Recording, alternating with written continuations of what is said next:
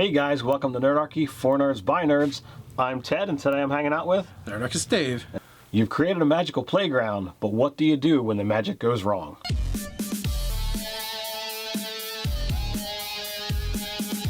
Jump down to the description below where you can sign up for Nerdarchy, the newsletter. It's a great way to get gaming tips, as well as learn how to game with Nerdarchy. So when I was driving over here for one of our weekly shoots, I was kind of thinking and reminiscing over one of the WebDM videos I recently watched, and they actually talked a little bit about the HoloSuite from Star Trek, and kind of like the joke from various places. More recently, I've seen it in the Suicide Squad, where the one guard thinks Deadshot's going to kill him, and he turns to the other guard and he's like, delete my browser history. Right, so the guys from WebDM, they kind of refer to the fact that only in, I think you said Deep Space Nine, do they ever mention that, kind of like the etiquette for the HoloSuites, where you never look at another person's HoloSuite. The Holo programs. The records. It's considered rude or whatever, and somewhere's in there also. They made mention of that joke. If when I died, someone hurry up and delete my HoloSuite programs. And so, they went into like great deal to talk about what does like the average person do, in that time period that has a HoloSuite. Like, I would never leave my house. There's no reason to. Like, everything you could make whatever you want it. It might not be real, but it's real to you. Right. So you were, thinking, or at least what you voiced to me was, how would we go about making that kind of thing, or like the Danger Room from the X-Men, yes, in 5th edition Dungeons and Dragons, and our trusty Player's Handbook has quite a lot of nifty spells that you can use powerful illusion magic to create some of those cool effects. Yeah, like if you have a really magic-rich world where there's high-level casters running around, why wouldn't militaries and special units and stuff like that, why wouldn't they use the access to that magic to create these places to test and train their soldiers? As well as, why wouldn't you, especially if these spells aren't costly, why wouldn't wealthy nobles be using wizards to create these lavish things for them? So it's like, well, I want to go on my own little adventure where I'm completely and utterly safe, or I'm a noble, but I'm not as attractive as this other guy. I want women fawning all over me, or I'm a woman and one man, vice versa, whatever. So you could have these type of things happen in a world where money is no object and you have access to this high magic. Yeah, like if you're outside, hallucinatory terrain can be used to actually change a very large area's appearance. Even bigger spell is Mirage Arcane, where that actually has all the aspects: physical, smell, sound, sight. And if you actually touch something that's there, you actually think it's there. Yeah, it literally calls out the fact if you pick up a rock or a stick, it doesn't vanish until you walk out of the area of effect, which is a mile. So, you can make whole buildings disappear. So or appear. Or appear. So there's several applications for this. One would be training in wartime, and the other would be just like entertainment. If the world is magic rich enough. Mm-hmm. But going off of the Danger Room, there's several things that are kind of versatile. Animate object. Control weather, control water are both spells that you have the ability to add in a number of different elements, for a pun. Yeah, or why not? Like, if the world is magic rich enough, why not the AI version, the arcane AI version?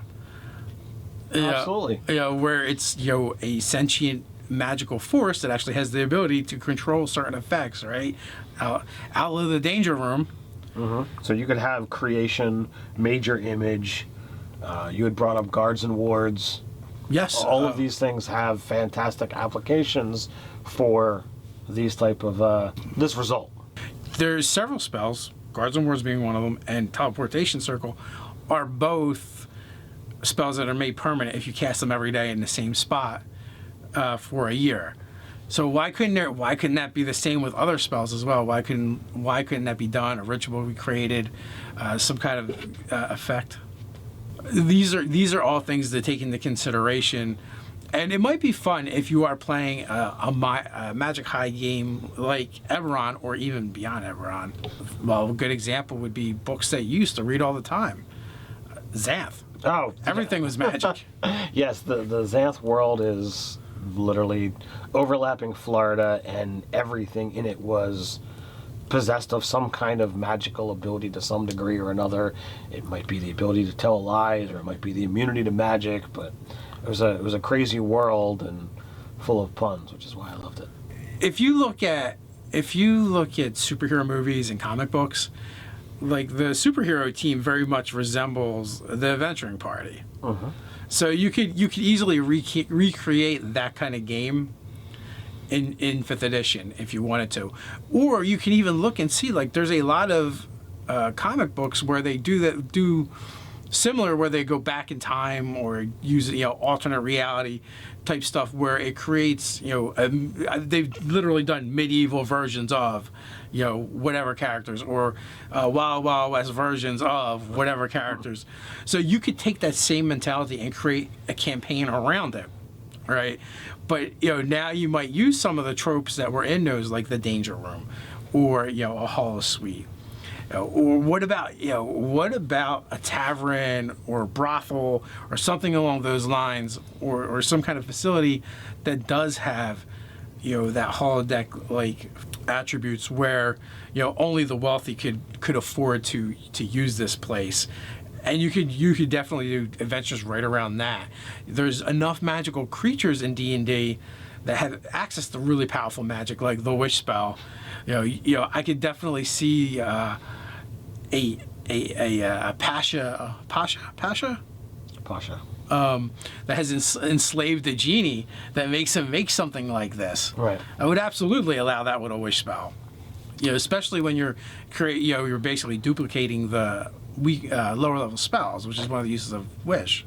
And the other thing to take into effect is, once you've actually already created this, you then can enter into something happened, something went wrong, as we've seen in numerous episodes of Star Trek, where the holodeck, the safety parameters get turned off, or somebody gets trapped in one. So, for 5th edition terms, somebody failed their saving throw, and now they actually think that what's going on is real because they've been hit on the head. The Dr. Moriarty episode, which is awesome, where he kind of takes control, and he's actually part of the program, but they actually created a piece of the program that was so smart that he was able to take control of the holodeck, and he's trying to engineer a way out of it for him and someone else. He basically gains a level of sentience. Uh-huh. The ending to that episode is fantastic. Yeah, so I'm sure if you crawl through all the different Next Generation, Deep Space Nine, Voyager, there's not as much holodeck in Voyager. But is correct me if I'm wrong, but doesn't Voyager have the hologram doctor though? Yes. Yeah, so that's still kind of like an application of that technology. So just sit through 21 seasons of Star Trek. There you go. There you go. Extra bonus if you ask me.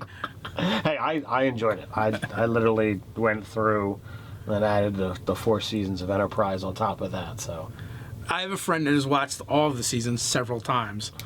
That's commitment. Yeah, so it's out there. But there's a lot of source material to draw from, if you wanted to, mine it all for all the holodeck stuff. Indeed. And, if you're looking to add any other spell effects into these kind of things, Glyph of Warding, Maze, they're very appropriate to this type of effect.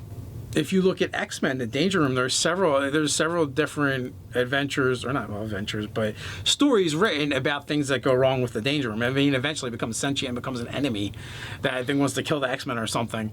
So, well, because it's programmed to challenge them, and when you take that to the next level, well, I need to keep challenging them, so therefore I must be better than them, therefore I must beat them.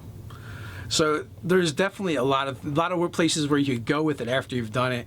You know, you could start off with just experimenting with, okay, well, if I take these effects, it kind of recreates what I'm looking for.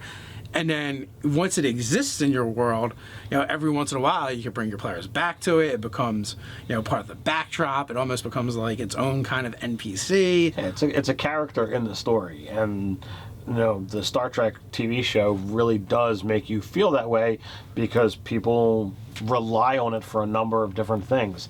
There was an episode where Geordi's got a problem, and he keeps going back to the holodeck to work with this NPC that the holodeck created, and he winds up getting an attachment to her, and then he meets her in real life, and she's not like the program. She sees the program, and oh no, it gets weird real fast.